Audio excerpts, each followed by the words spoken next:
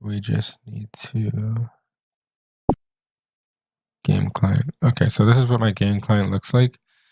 And as you can see, make sure your game client is indeed running. I'm gonna let me go to my other view, just a folder view. This is my this is the desktop client. I'm gonna close it and I'm gonna open get.exe. Just a second, let's see what that's saying. Okay, so now if your get client.exe just suddenly opens and closes, it's most likely a issue with your pin. So if that's happening to you, just reach out to me about that. I'm just quickly verifying my pin is hooked with my account. Just a second.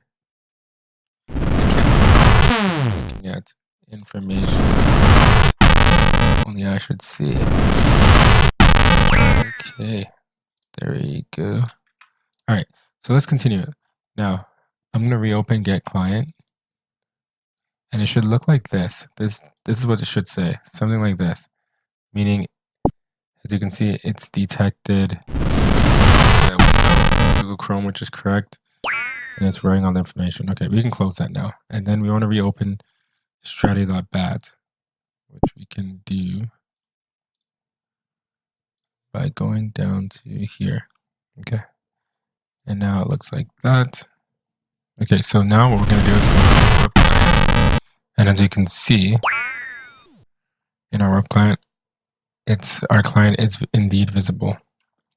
Okay, so now that you have this view open, what you want to do is create our bot. So I'm going to show you how to create a bot very quickly.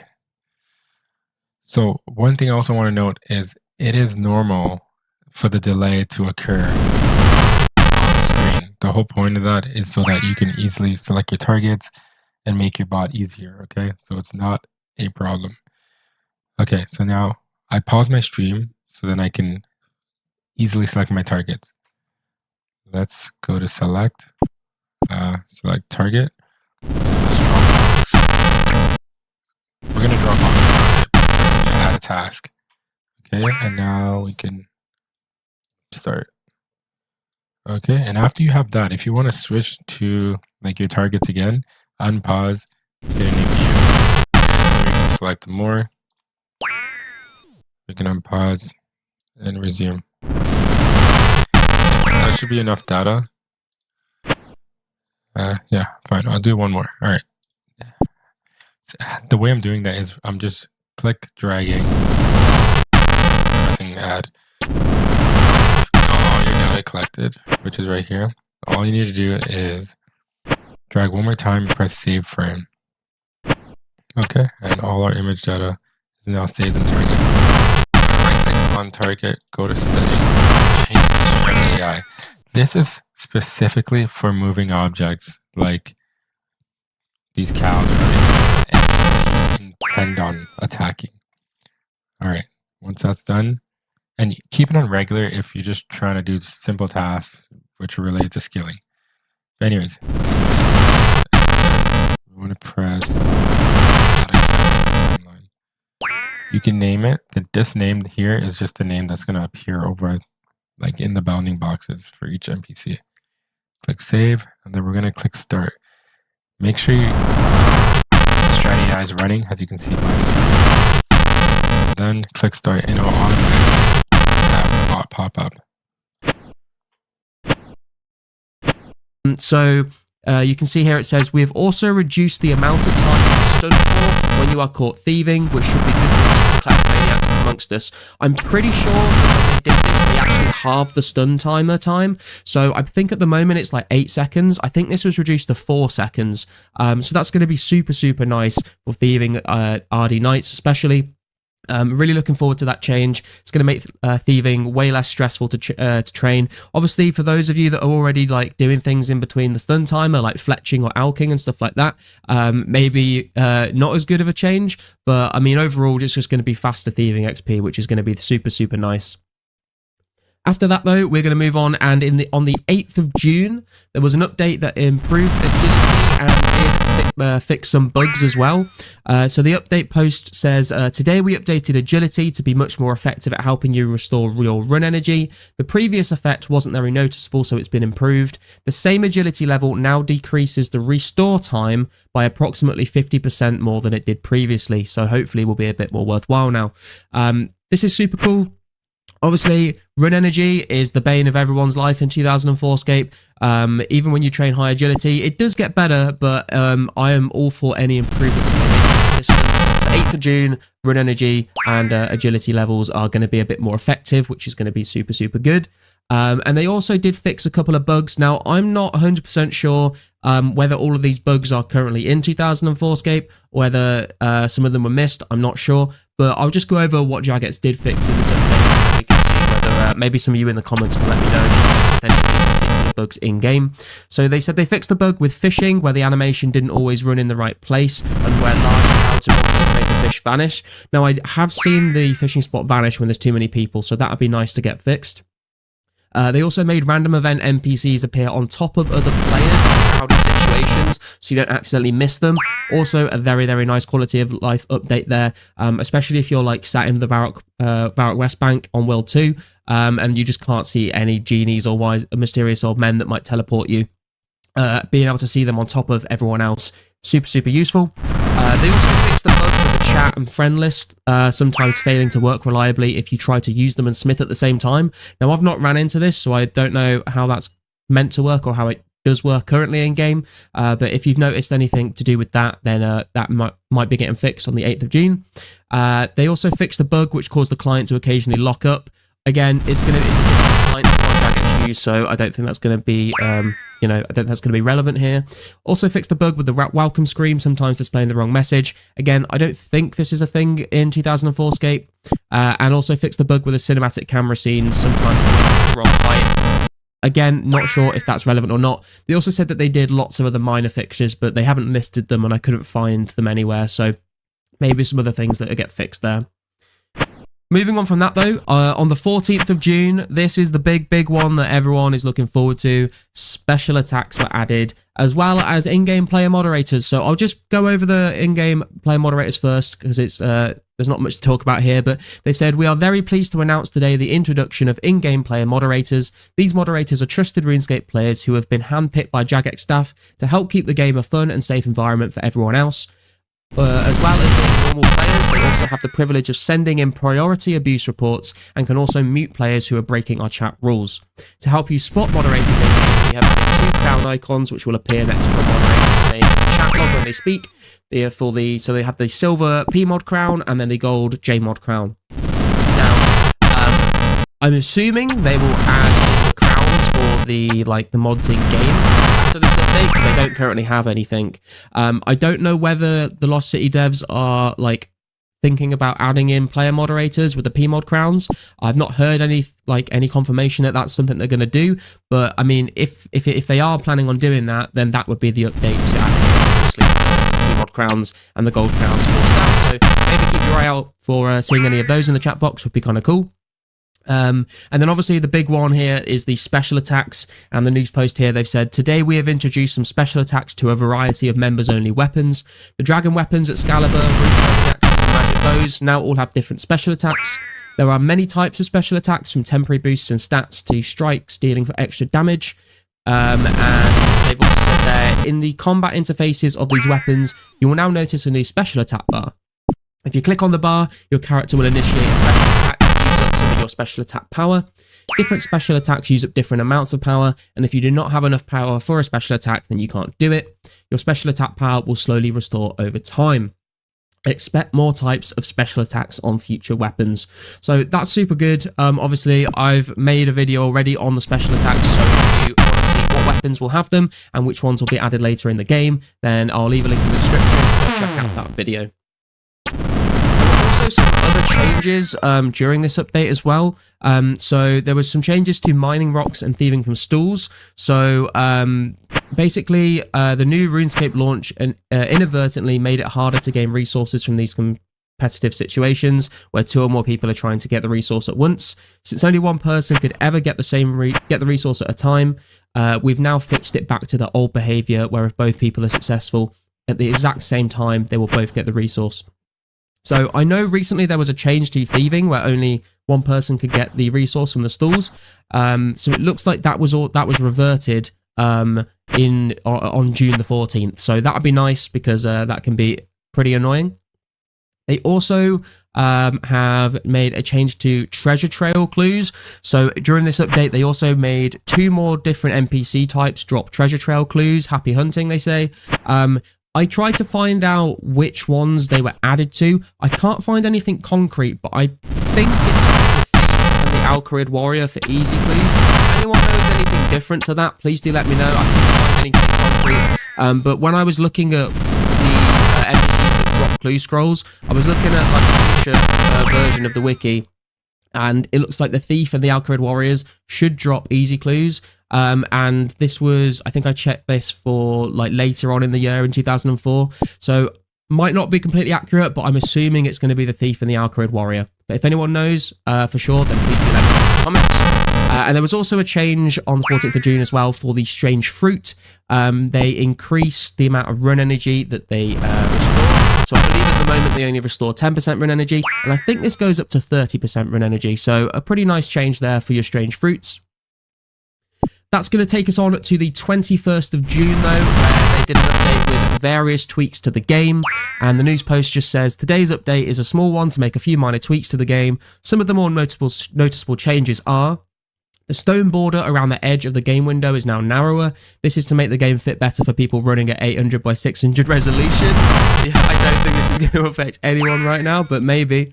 The actual 3D view area is still the same size. This is just less wasted space now. Again, don't know how relevant that is. They also made the chat scroll is brighter now to make chat easier to read, which I guess is cool. This one, though, this is a pretty big one I know a lot of people have been looking forward to, is when you click to use an item, it now has a white outline to show that it is selected. So 21st of June, we will get the white outline when using items. I feel like this is going to be like, it's going to feel so weird seeing that now after playing for like a while now without it. But I'm sure a lot of people will be very happy to hear about that one. They also fixed several cases where using 2 objects together only worked one way around. So you should be able to now use, it shouldn't matter which item you use on which, you can do it both ways. I'm not sure which items that was happening for. I've not ran into that myself. Maybe if anyone knows, then you can let me know in the comments. They also fixed a bug which meant the Ivan staff could be wielded at level 49 despite the requirement meant to be being 50. Again, don't think this really matters because no one's going to be using it. It's such a to recharge the staff. But I guess there you go. You won't be able to wield it at level 49 anymore. They also fixed the dig site bugs where it sometimes didn't recognize that you had the required items. Now, again, I don't know if this was a bug that the Lost City devs have like intentionally put into the game because it was a bug back in the day, or whether they just made dig site quests work. But if anyone has been running into any bugs, that should be fixed after this update. They also fixed the bug with a treasure trail puzzle box where it occasionally didn't recognize you completed it. Again, I've not ran into this myself, so I'm not sure if that is currently a problem in the game. And they made lots of other minor changes and fixes, so we'll have to see if the Lost City devs change any other little tweaks. I'm sure you'll be able to read about it all in the patch notes. Moving on though, on the 28th of June, there were lots more improvements. Jaggets say here, today's update makes a variety of small improvements to RuneScape. Bigger friends list for members. Oh my god, I cannot wait for this one. As a new members benefit, you now get twice as much space on your friends list, giving you a total of 200 slots. My friends list has been full for so long now. I feel bad because people PM me in game all the time and I have to like get rid of someone on my friends list to respond to them, and I just feel bad like removing people and it stresses me out. So having another 100 slots, I cannot wait for that. Might not affect a lot of you guys, but what can I say? I've got more friends than you. Deal with it. Also, multiple hit splats during combat. So if a player or monster is being attacked by multiple opponents or is taking damage very rapidly, the game will now show multiple damage indicators at once, making it much easier to see how much damage is being dealt. The total damage received is the same, it's just shown more clearly now. This is very nice, obviously just more clarity to see when things are taking damage. That's always a good thing in my book. They've also made it so NPCs are better at retreating. They said we've improved the intelligence of the NPCs a bit, such that if they are being attacked from beyond the edge of their wander zone, they will now run away rather than just standing there. So, you know, that's kind of a good change. Obviously, maybe a bit more annoying for some safe spots, but it is kind of a good thing that they don't just stand there like an idiot now. They also made some changes to music and sounds and how they work. So I don't know if this is relevant at all to 2004scape. They basically said that we found that some music and sounds weren't working when you select the Sun Java plugin. We're still working on reaching 100% compatibility. Again, don't know if that's actually used in 2004scape, so that might be irrelevant completely. And another update on the 28th of June, which is kind of an interesting one I wasn't aware of, is that they fixed the Dragon Spear special attack. So there was a bug which meant that attacking a player with the Dragon Spear special attack did not give a PK skull in the wilderness. Now, I'm assuming this is because the skull was like coded to only like appear if you do damage to someone. And obviously the Dragon Spear doesn't do damage, it just pushes them back and stuns them. So I guess that was an oversight on Jagex's part, where if you weren't doing damage but you were still Dragon Spear specking, you didn't get skulled, which is kind of crazy when you think about it. So that was fixed on the 28th of June. I do just want to mention as well, I'm not sure when the actual date is going to be for the update. But obviously, they're not going to release, as far as I know, they're not going to release like every individual update on every individual date throughout June. Like, they're not going to start with like the new friends list high scores on the 1st of June and then Elemental Workshop on the 2nd of June and then agility improvements on the 8th of June. I don't think they're going to go through it like that. I think they'll pick like a date in June and then just drop everything up to that point on that one date. So I don't know, I'm not sure when these updates will be added, but I'm assuming if special attacks and the 28th of June update are added all at once, then obviously the Dragon Spear special attack bug with not getting schooled will never be in the game, because it'll all be just one big update. If anyone does have any information on when the exact date they're going to plan to drop June's updates, then let me know. Not when they're going to drop the update, but like when they do drop the update, like at which date throughout June are they going to sort of have the cutoff point, is what I'm asking. On the 29th of June though, they did another update which made it easier to rearrange the bank, which is going to be beautiful. Rearranging the bank at the moment is such a pain in the ass. But they say here, we've added a couple of new options to make it easier to keep the contents of your bank arranged if you want to. At the bottom of the bank screen, you will now see two buttons marked Insert and Swap. Swap mode is the mode that you're used to, whereby an item is dragged to a new slot.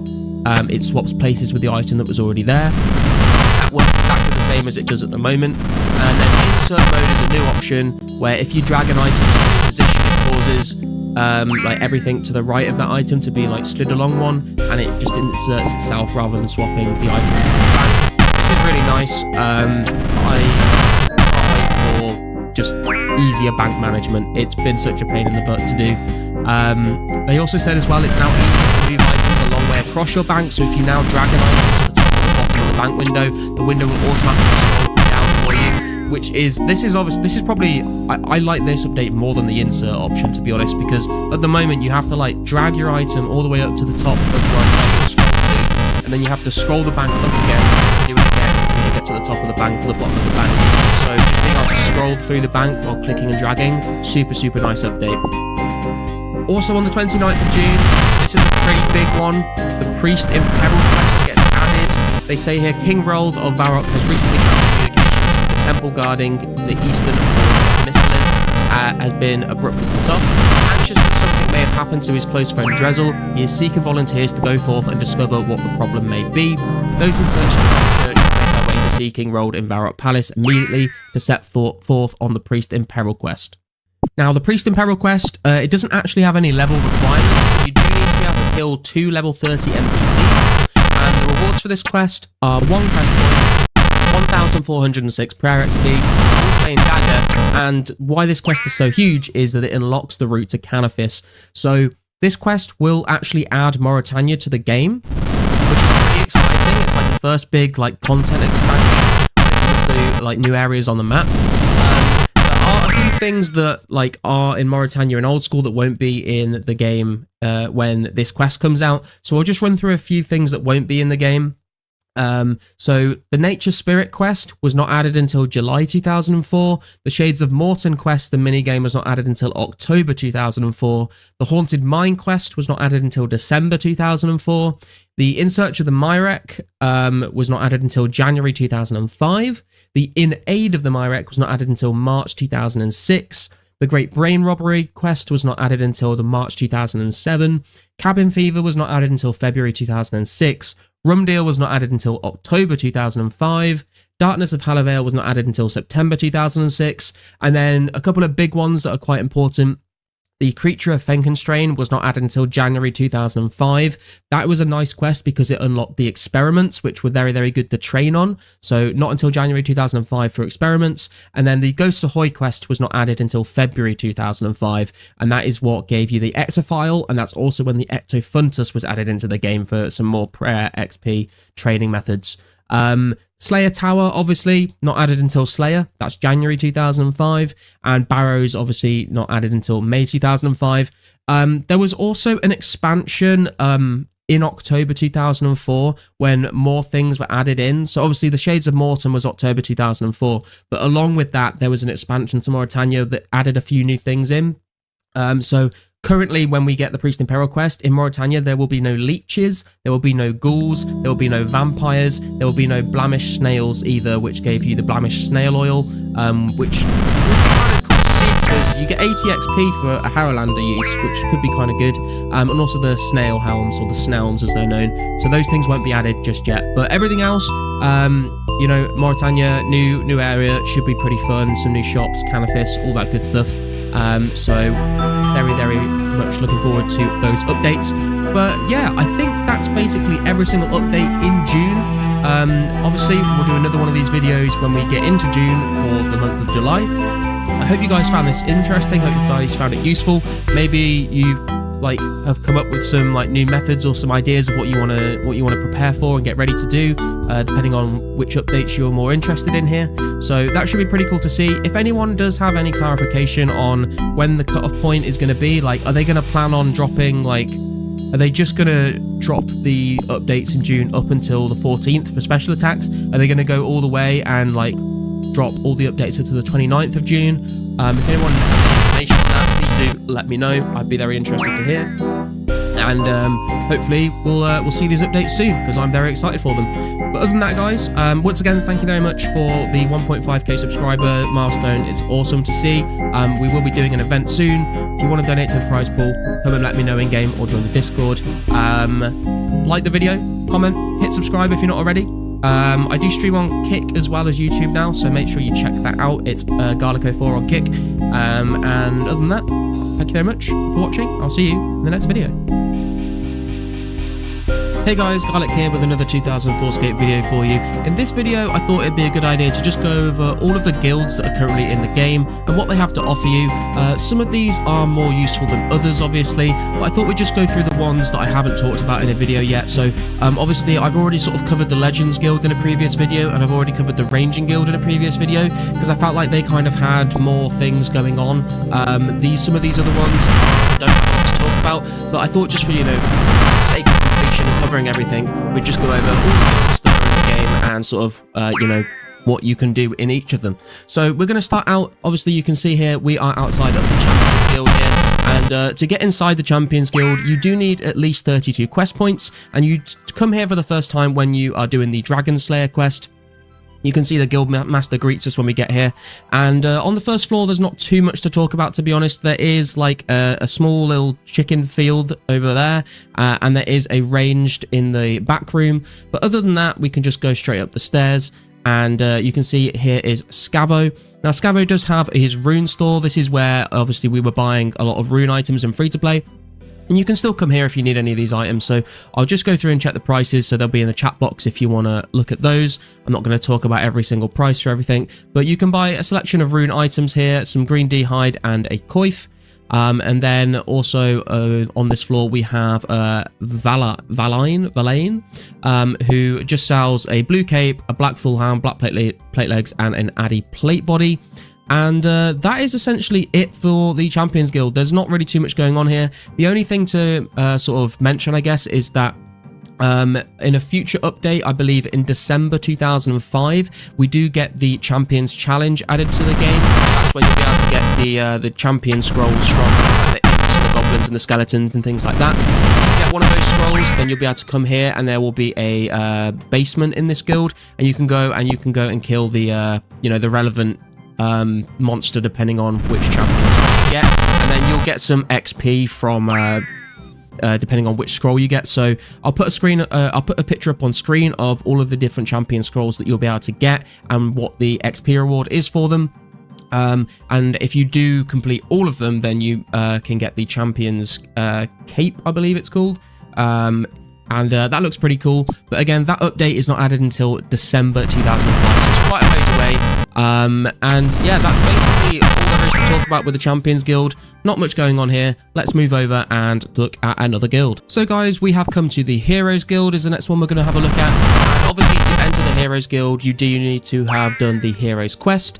And the Heroes Quest does require 55 quest points, a partner of some sort to help you out midway through the quest, level 53 cooking and fishing, level 25 herb lore, and level 50 mining. You'll also need to have completed the Shield of Arav quest, the Lost City quest, the Merlin's Crystal quest, and Dragon Slayer. And we can go in and have a look here. There's a couple of differences in the Heroes Guild in 2004 versus the one in old school. Obviously, you'll see the main one here is that the Fountain of Heroes is just here in the middle of the ground floor. This is where you can recharge your Amulets of Glory when you've used up all the teleport charges. And this was actually changed a little bit later on in the game. So when the Games Necklace was released, the fountain here was actually moved from the ground floor into the basement. Apparently this was done so that Amulets wouldn't be so easy to recharge, since when the game gets added, you could just teleport to Berthorpe and run here much faster. So that is a change to make a note of. There was also a agility shortcut added to the basement in 2015 on old school, so that shortcut in the basement will not be added for a very, very, very long time, if at all. But we can have a little look at what's actually going on here in the guild. Obviously, there's a little garden out the back with some evergreen trees. Not really the most useful thing in the world. Let's go and have a look on the first floor to start with, though. And this is where Happy Heroes Hemporium is, and you can buy the Dragon Battle Axe and the Dragon Mace, 200k and 50k respectively. These are the only places that you can get those items at the moment, as far as I'm aware. There is also an altar here that you can pray at if you would like to. It's a bit far away from anything else, but that is an option there if you need to restore your prayer. And then up on the top floors, there isn't really anything else. It's just sort of a bit of decoration, so not much else to speak of there. But there is a basement here, like I mentioned. You can go down this ladder and have a quick look at what's down here. So you'll see there are some giant bats here. And then the main event that everyone seems to know the Heroes Guild for is there is a single blue dragon in this cage here. So obviously a good place to come if you want to not get attacked by a swarm, obviously. If you want to kill blue dragons without having to go to the Ogre Enclave or Taverley Dungeon and get hit, it is completely safe to kill if you bring ranged or magic. Obviously you need to bring some sort of telegraph inside the cage. And then there are some mining rocks here as well, which is kind of interesting. So there are 2 Addy rocks, 2 Mithril rocks, there should be 11 coal rocks, and there should also be 2 Runite rocks, I believe. I think this was in 2004 still. It may have been an old school edition. No, it is in 2004. So 2 Rune rocks here in the basement of the Heroes Guild, as you can see. And then just over here where these barrels are, this is where the hero fountains was added. Obviously it's not here at the moment, but there's a little section here that gets carved out, and that is where the Fountain of Heroes is moved to. So that's basically all there is to talk about with the Heroes Guild. Let's move on to the next guild. Okay, so the next guild we're going to talk about is the Wizards Guild. This one is located in Yanil, and it does require level 66 magic to enter. Other than that, though, there shouldn't be any other requirements. So let's go inside and we'll take a quick look at what is here. Now, obviously, on the ground floor, the main thing that I think people are using the Wizards Guild for at the moment is Wizard Distentor, and he is very useful because if you speak to him here, You'll see there is an option to teleport you to the Rune Essence mine. This is much better than the Varrock Rune Shop Aubrey teleport to the Essence mine, because as you can see on the minimap, the bank is literally right there. So I believe if you're mining Rune Essence in Varrock, you can get about 700 Essence an hour, but if you mine them here, you can get about 1.1k Essence per hour. So that is quite a significant increase in the amount of Rune Essence you can mine per hour here. So it's also very, very chill. Like, it's like so easy just to click to the bank and back again. You can really get into a good cycle mining essence here. So that is very, very nice. There are a couple of wizards in here if you wanted to kill them for some robes or some runes or whatever, but I feel like maybe if you're at 66 magic, that might be a little bit beneath you. There is a basement here. We'll just have a quick look in here. There's not too much going on down here either. There is some zombies here in the cages, and there is Wizard Frumscone, and he basically tells you that he makes these magic zombies in the future. He'll give you permission to kill them. He is also involved in the Swan Song quest in the future. Obviously, Swan Song quest not out just yet, but that will be available in May 2006. And then if we go and have a look on the other floors of the Wizards Guild, you can see there should be a magic shop up here. If I can, there he is, the magic store owner. So this guy sells all the elemental runes, body runes, mind runes, soul runes, nature's, chaos, blood, law, and death runes. I'll go through quickly and just show you the prices. Obviously, some of these are bought out at the moment. These ones are usually bought out prices in the chat there for you. He also sells 5 battle staffs, so a good place to come to buy battle staffs if you're trying to train your crafting level. He also sells all of the elemental staffs as well. Some more wizards on this floor, but other than that, not too much going on. I've just hit a wizard there, my bad. And then on the top floor here, just some more wizards. There are 2 vial spawns here, and then there is also these magic portals. So there's a couple of portals here. The eastern portal goes to the Wizard's Tower, south of Draenor Village. The southern portal goes to the Dark Wizard's Tower to the west of Falador, and the western portal goes to Thormax's Sorcerer Tower, south of Seer's Village. These portals are only one-way teleports, so you can't like teleport there and use the same thing to get back to the Wizards Guild. So just be wary of that, but it is kind of a nice way to get to certain areas if you're already in Yanil and need to get somewhere. But that is basically the Wizards Guild. Not too much to mention there. Let's move on to the next one. So guys, we are at the Cooks Guild. This one is in Varrock, just sort of to the west of the Varrock West Bank. And to get inside of here, you do need level 32 cooking, and you will also need to equip a chef's hat as well. You can get these as a drop from imps or goblins. So let's go inside and have a quick look. There's quite a few differences in the 2004scape version of the Cooks Guild versus the one in Old School. So there's a lot of stuff that was added a lot later on. The head chef doesn't really do anything. He just says hello. And obviously you'll see it's pretty bare bones inside. There is a chocolate bar spawn if you need to get hold of anything like that. There is also a sink for a water source, and there is a flour bin because obviously this is sort of doubles up as a windmill, so you can make pots of flour here. In Old School, I believe there is actually a wheat field just behind the Cooks Guild. That is not actually in 2004scape, so you'd have to get your grain elsewhere to be able to come and use it at the flour bin. But I guess if you banked a ton of it, and then you could run to Varrock West Bank and then come here to like turn it into flour, I guess that could be an option for you. But let's have a quick look on the first floor as well. As you can see, there are 2 cooking apple spawns if you wanted to make apple pies, as well as a pie dish to do that as well.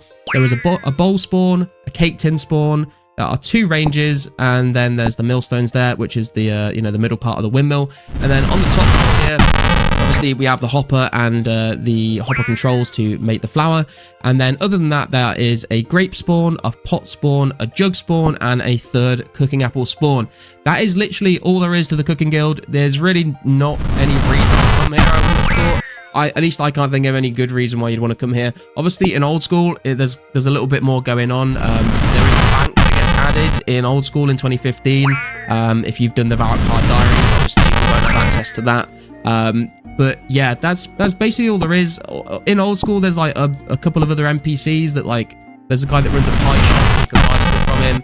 Obviously this way you can get the cooking skill cape in the future. But yeah, other than that, I think there's also a dairy churn here that gets added later on.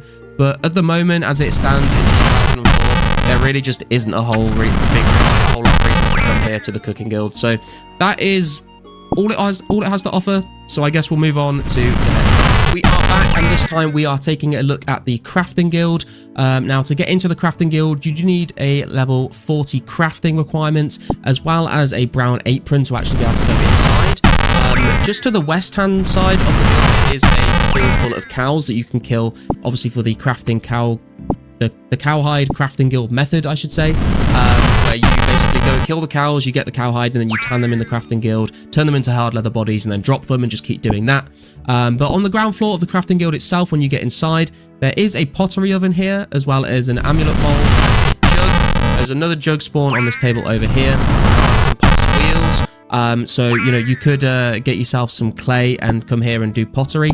As you can see, the mine just here does have clay rocks that you can mine to do all the pottery in one place, as well as a water source at the sink over here. So you could use the jugs to get jugs of water, mine the clay, get the soft clay, use them on the potter's wheels, and then use them in the pottery oven. Also in the mine, there is gold and silver rocks. So you could come and mine these. I know a lot of people were doing a method as well where they would teleport to Falador, they would run craft an inventory of air runes, and then come to the crafting guild, mine all the silver and gold rocks, teleport back to Falador, and repeat that process. That's a pretty good method, I would say. Other than that, though, we also have a hammer and a chisel spawn in the ground floor of the crafting guild. And if we take a little look upstairs, there are some spinning wheels. Not sure how useful that really is, considering how far you'd have to run from a bank to, like, get flax or whatever it is that you're wanting to spin. There's also a necklace mold and a holy mold here. So if you've got level 40 crafting and you can't be bothered to run all the way to Alcarid and spend GP on those molds, you can just come and get them as a spawn here, as well as a pair of shears. If you wanted to go and shear some sheep. There is also a tanner here, so this is the guy that you would use to tan the cowhides once you've killed the cows in the field just behind the crafting guild. But other than that, there's not much else going on. It's a pretty good guild, I would say. Like the cowhide crafting guild method for hard leather bodies, and also mining silver and gold ore rocks. I would say probably it's two main features that are worth coming here for. But other than that, not too useful. Obviously, there was a bank deposit box added to the crafting guild in old school in 2015. Hard diary that is not available to anyone right now. It probably never will be. And other than that, a little kind of cool piece of lore, I guess, is that I believe just before 2002, the crafting guild actually was a members only guild, and in May 2002 they changed that to allow free to play players to be able to access the guild. But other than that, guys, I think that's all of the crafting guild stuff that we needed to mention here. Let's move on to the next guild. So guys, we are here at the mining guild. Now, there are two entrances to the mining guild. There is one in the northwestern corner of Falador. If you go inside the house and walk down the steps, then you can walk south a little bit and go through the door, or you can just come right here south of the bank and go down the ladder. There's not really too much to talk about with the mining guild, to be honest. There's basically a ton of coal rocks down here, which is really nice for mining coal. There's also a few rocks here as well, so this is a really good place to come to just superheat mithril bars. You can stay down here for quite a long time. Obviously, you mine all the mithril, then you mine an inventory of coal, you superheat the bars, and then the mithril rocks should have respawned by that point, and you can stay down here for quite a long time. And you can see here up to the north is the door that lets you in. So I believe the section just north of this door, that is just a normal part of the mine, like that doesn't require a mining level, but coming through this door does require level 60 mining. That is the highest skill requirement for a guild in free to play, I believe. So that's kind of all there is. Obviously in the future we get an expansion to the south here. There'll be a door here and a door a little bit further down, and that will unlock the free to play and members only areas. So that actually adds adamant rocks, iron rocks, mithril rocks, and some runite rocks, as well as an ore shop that doesn't have any stock, and a shop for pickaxes as well. But those shops aren't actually in the game right now, so that's kind of all there is to talk about for the mining guild. Come here to get your coal or superheat mithril. Other than that, we'll move on to the next guild. And finally, guys, that brings us onto the fishing guild. Now, the fishing guild does require a fishing level of 68 to enter, and as you can see, I'm actually only level 65, but that's okay, because what you can do is drink a fishing potion dose, and that will boost you up to 68 from 65, allow you to enter the guild. And in the guild, we'll go over a couple of things that are here. So there is a range here if you wanted to cook any food here that you've been fishing, as well as a harpoon and a big fishing net spawn in the first building that you come into, and a lobster pot on the floor as well. Other than that, there's not really too much going on here. Obviously, it's just fishing stuff, as you would expect. So there is a fishing shop. I think the guy's outside, actually. we can just speak to Rocha here. Now, this shop doesn't actually sell any of the fishing tools, which is kind of an interesting decision, really. It has zero stock of all these fish, cooked and raw versions, so you can like sell them to the shop if you want to. Also sells 1,500 feathers, which is very, very nice. Very good place to come and buy feathers, as well as 2,000 fishing bait. So that's, I guess, an option. I don't think anyone's really using fishing bait these days, but it is there if you need any. And then here you'll see there's just 2 piers that have a bunch of fishing spots on. There is 11 cage harpoon fishing spots for lobsters, tuna, and swordfish. There are 9 big net harpoon fishing spots for bass, mackerel, cod, caskets, and sharks. And this is basically split up into 2 docks. The northern dock is probably the preferable one to use, since it is right next to the bank that is just here. So you can fish your fish and then just come straight into the bank here and bank your fish, and then just go straight back to here again. There's not too much else to talk about. I guess I should mention as well that there is not an invisible fishing boost inside the guild. The same as the mining guild, that the invisible mining boost did not get added to that either until a lot later on. So the +7 fishing boost did not get added until July 2017 actually. So you won't be able to make use of that, but it is probably the closest fishing to a bank. Cathaby's okay, but you have to keep running up and down the beach a lot. So this is definitely preferable over that. Other than that, that's kind of the fishing guild wrapped up. Again, not much to say there. Obviously, we don't get minnows added until 2017 either, so none of that going on here. And eventually, you'll be able to come here to buy your fishing skill cape in 2006. That gets added though, so a long way off there. But yeah, that's essentially the fishing guild. And the only other guild that I kind of mention that we don't have access to yet, it's still quite a long way off, but in June 2006 you get access to the Warriors Guild. You need a combined attack and strength level of at least 130 to enter the guild, or I believe just level 99 in one of those skills if you're a pure. And obviously that is the main place that you would want to go to get the defenders.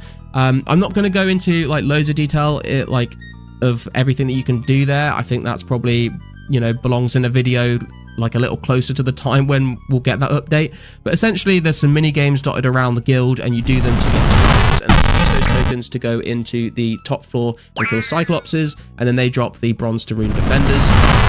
There is also like a couple of shops in there that sell things like food and stuff, but like I said, I think that belongs in a video of its own closer to the time, and we can expect that update. But yeah, guys, that is basically all of the guilds that I haven't already covered in this video for you. A bit of a short video today. You know, some of the guilds are not that impressive, but I thought I'd just sort of make one to just go over all of them, so you can just watch this, and all the information is in one place of what you can get out of each guild. Hopefully you find that useful. Hopefully you enjoyed it. If you did, don't forget to leave a like, subscribe, leave a comment, and I'll see you guys in the next video. Hey guys, Garlic here with another 2004scape video. This video is going to be about Xanaris. I know there's kind of a few unique things that are going on inside Xanaris. Some of them kind of useful, some of them not so useful, but I think it's kind of an interesting place. And I know Mudkip sort of went over this in in one of his most recent videos, but I thought having a bit more of a deep dive into it would be useful for some of you. If not useful, maybe just interesting, maybe you learn something. So we're going to jump right into the video. Obviously, to get inside Xanaris, you do need to have completed the Lost City quest. That does require level 31 crafting and 36 wood cutting. You also need to be able to safe spot the tree spirit on Entrana, so you'll need some sort of like ranged or magic combat to kill it. And when you've done that quest, you'll be able to get a Draymond branch from the tree, and then you'll be able to put it into the Draymond staff. You can see I've got one here. And then once you've completed the quest, you get the Draymond staff, and you can come to this shed here in the Lumbridge Swamp, and make sure you've got your staff equipped. Go through the door, and you'll be teleported inside of Xanaris. And here you'll see that it is not like Xanaris in Old School. Xanaris in Old School is very blue, and this is very much brown and green. So bit of a difference here, and there's a few other little quirks that are a little bit different as well, which are kind of interesting. But I think what we'll do is we'll start from the west side of Xanaris, and we'll work our way east and cover all the different things that I have managed to sort of think of and find out about this place. So first thing I wanted to mention is the bank here. Obviously, you can see the bank symbol on the minimap, and there are these fairies dressed in the grey banker robes. I know in Old School there are bank chests around here. There are chests, but if you search them, then you find nothing. These are not bank chests. You cannot use them as a one-click bank, but you can, and there's also no like right-click use option on the banker. You have to talk to the banker, and say, can I access my account, please? And you'll be able to access the bank that way. So that's kind of interesting. That's a little bit different than old school. But what I wanted to cover here is there's quite a lot of things here that are useful because they're so close to this bank. So for example, if you run just south here, you see that there is actually a range. So it's obviously not the fastest way to cook stuff because there's no right-click use on the bank, like there is in Category, for example, but there is a range just here if you did want to use it at all. I did use this once to turn some seaweed into soda ash, so that's something that you might want to consider doing. There was also a general store just through this gate here, so we can go and have a quick look at the fairy shopkeeper. Obviously, just a normal general store there, nothing crazy going on. But if you're in Xanaris and you realize that you need like a specific tool or anything like that, then you can go and enter that shop there and pick up what you might need. And obviously just to the south here, I've already covered these guys in a previous video. This is where you get to the otherworldly beings. So they're all in there. I think there's 6 spawns of them. And obviously very close to a bank, which is pretty nice. Another thing that you can kind of do here is use the fountains. So there is a water source here if you're needing to use that for anything in particular. And I think the only thing that this would be potentially useful for is cooking. So you can see that there's actually a windmill just here. So you can pick the grain. There's a grain field just over there. You can see the grain there, the wheat. And you can pick the wheat. You can bring it here to the windmill. And you can get pots and you can get pots of flour. There is a bucket spawn just there, and then you can fill the buckets with water from the fountains. And you can make whatever bread dough or pizza dough or whatever it is that you want to make. So that's pretty interesting. A nice little sort of method. I think that might be not that useful, but if you did want to make sort of lots of things and you didn't want to have to keep running to the windmill and lumberage, that is an option for you. The one thing that is different about this as well is that in old school, inside the windmill, there is a dairy churn. Now, the dairy churn wasn't actually added until October 2005, so you won't be able to access that. You won't be able to make things like butter or cream or anything like that. So that's just one thing to note. There are also a couple of cow spawns just over here by the field. So obviously there's a bank pretty close to some cows here. It's obviously not the greatest because you'll see there are actually only a handful of cows. So there's 1, 2, 3. I think that's basically it on cow spawns. So 3 cow spawns. You could use this to bank cow hides, but obviously they're going to take a while to respawn. It might not be the best method. Maybe if you're like really low combat, it might be worth your time, but I would say probably not. Better off going to one of the other spots in the game. And there are also quite a lot of sheep lying around. So if you did want to sort of collect wool to spin into balls of wool like on last, then I guess that would be like, this could be a potential spot to do that for you as well. There is also a yew tree just up there, and there are 2 of the yew trees in the marketplace, but we will get onto the marketplace soon. But yeah, a couple of yew trees around in Xanaris as well. Moving on to some other things that we can do here. Obviously, the general store we've been over, the other things we've been over, but there is a cosmic altar, or I should say the cosmic altar, which I think many of you probably do know about. But I just wanted to go over this as well and compare it to nature rune crafting. So if I get a cosmic talisman out here and some rune essence, then we'll go and do a quick run of the cosmic runes and see how that goes. So to craft cosmic runes, you bank here at the fairy banker, and then you need your cosmic talisman, obviously, and then you run south of the field, and you'll see that there is this winding path that you have to go around. Now, in old school, there are 2 shortcuts that you can use to cut through this wall. You'll see in just a second where these would be. So in old school, there is a shortcut like just here through this wall to the other side. And then there is also another shortcut just between this sort of like little divot of grass here, and you can see on the mini map where it would connect through. So this is also a shortcut in old school here. Those shortcuts do not exist. They require agility levels. I can't remember exactly when those shortcuts were added. I'll try and find out and put something up on screen that will tell you. But obviously no shortcuts available to cut through that wall. But you just walk through here, and then at the end of the path there is a little room with the cosmic altar in. And I think this is pretty chill because, I mean, compared to nature runes crafting can be a little bit stressful because you're having to run through the jungle, and I don't know about you, but sometimes I keep getting caught on trees, and like trying to reroute through the trees and stuff like that. It can be a bit annoying. And then also, you know, once you've crafted a set of nature runes, you have to go back to the general store, and then you have to sell your essence to the store, and then you have to go and run back to the nature altar, and you have to do that to keep unnoting and getting more and more essence to that. this is very nice. Once you've crafted your cosmic runes there, you'll see you just come back through the portal and you just walk back through this little crafting and back to the bank. Now, Karsten has very kindly done some testing on cosmic rune crafting, and he has found out for me that to do cosmic runes doing this method, you would be getting about 4,700 rune crafting XP an hour, and you would be making about 1,188 cosmic runes an hour if you're doing cosmics. So Karsten did that with 59 rune crafting, so he was getting double the cosmic runes. Obviously, you'd just halve the number of runes that you were getting if you had only 27 to 59 rune crafting. But I think it's a nice little method. I think Karsten was saying with double cosmics as well, I think he was saying it was about 200 kgp an hour, which is pretty crazy. And it's just like way more laid back in my opinion than nature rune crafting. Obviously, not quite as much money as nature runes can be, but depending on your rune crafting level. But I think it's very chill. Like, I did this for a little bit the other day to craft myself some cosmic runes to do some stuff, and I kind of found it very, very relaxing. But that is the cosmic rune altar that you can do here in Xanaris. And another thing that I wanted to mention was the sand pit and crafting molten glass here. So what I've done is I have picked up myself some seaweed. So I very handily can go to this range over here and just turn this into soda ash. So we'll just do that now, and then I'll come back once I've got my soda ash. A few minutes later. Okay, we've got our soda ash sorted out. There is also a chocolate bar spawn just here if you didn't want to go to the Grand Tree for some reason and buy from there. You can get a chocolate bar spawn here. So what I'm going to do is show you this crafting method of how I was making molten glass to do the battle staves. So what you would do is you get 14 soda ash out, and you would get 14 buckets out, and you would...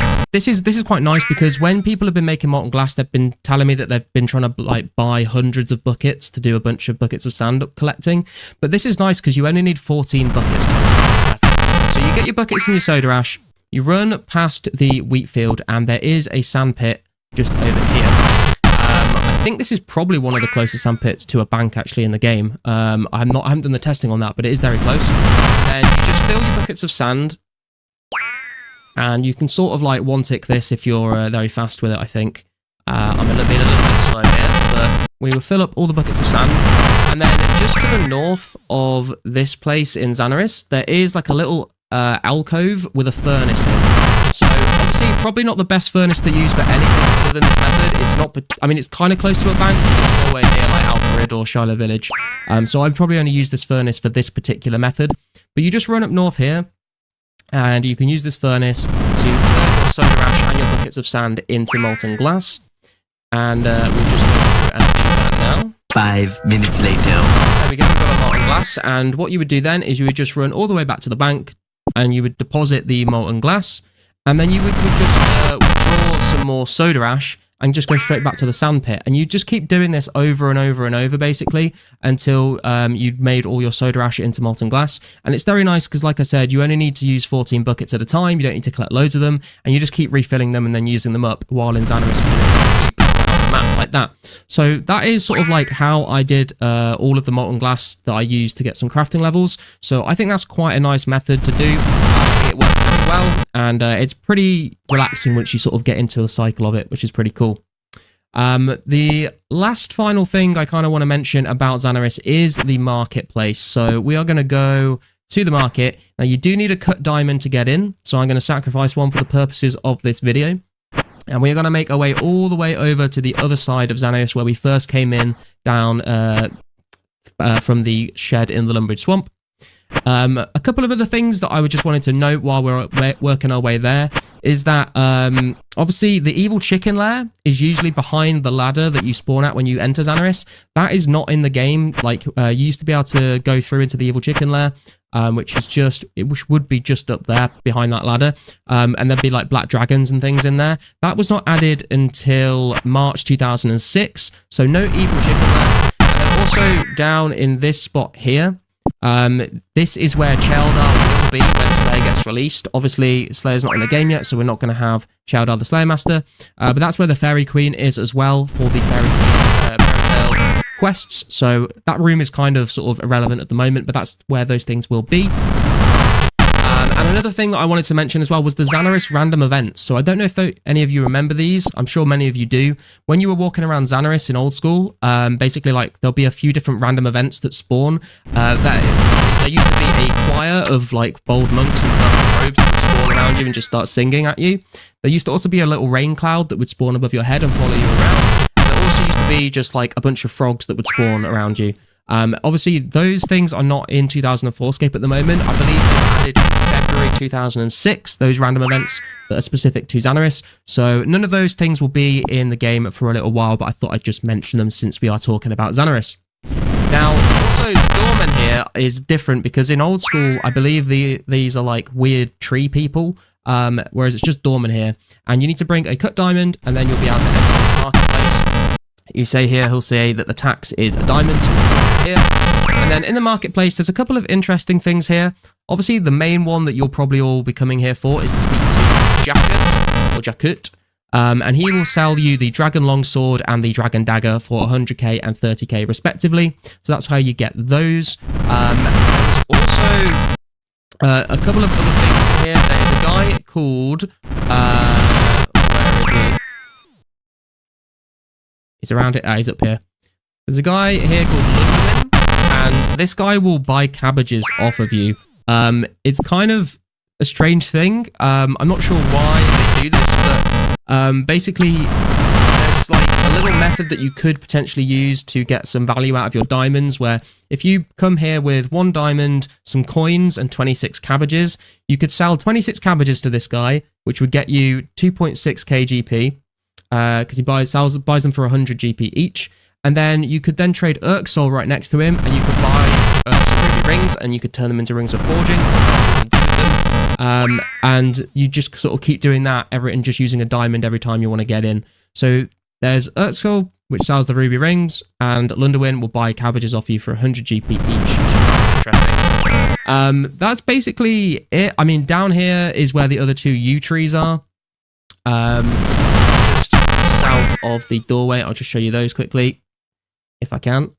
Camera angles not working with me here. So there's a yew tree just there, and there's a yew tree just there. Obviously not like the best places to put yews, because you'd have to pay a diamond every time you wanted to get back in here if you're banking them. But I guess maybe you could like cut them and fire make them here, and there probably wouldn't be very much competition. That could be an interesting little method for you. And then finally, there is the ladder here. And if you climb up this ladder, strangely, you will enter, you will come back up in Al-Qarid. So I'll just show you where that comes up. Oh, I've selected the wrong dialogue option there. I said, I'll just show you where that comes up. And you see, you're just right behind the bank, which is pretty cool. So that is basically everything I could think of that would be worth mentioning when it comes to Xanaris. So I hope that was useful for you guys. Obviously, the 2 main things I would say here are going to be the cosmic rune crafting and the using the furnace and the sand pits to make molten glass. I think those are pretty cool. The market is interesting, obviously. Probably you already know about that. And the otherworldly beings, probably not the best spot, but they are also located there right next to a bank as well. So that was kind of everything I wanted to talk about to do with Xanaris. And I guess I just wanted to do a little sort of update on the bank and my stats as well to let you guys know what we're doing. So we'll start with the stats. We are currently at 70, 70, 70 on the melee stats. We have been training this as Shadow Warriors, and I did actually get quite a few cards and left shield half, which is in the bank, which is very lucky. So that's what we're doing with those. I'd like to get this up to 80 strength very soon. 72 range coming in as well. That's been very nice. We're basically training that on Hellhounds and Blue Dragons to try and get prayer XP from the Dragon Bones, bank some hides for crafting, and also try and get some hard clue scrolls. We've slowly been getting our prayer level up to level 56 right now. That's just going to come in passively from killing the Blue Dragon.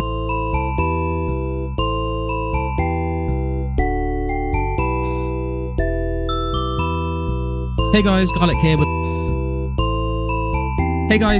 with another 2004scape video.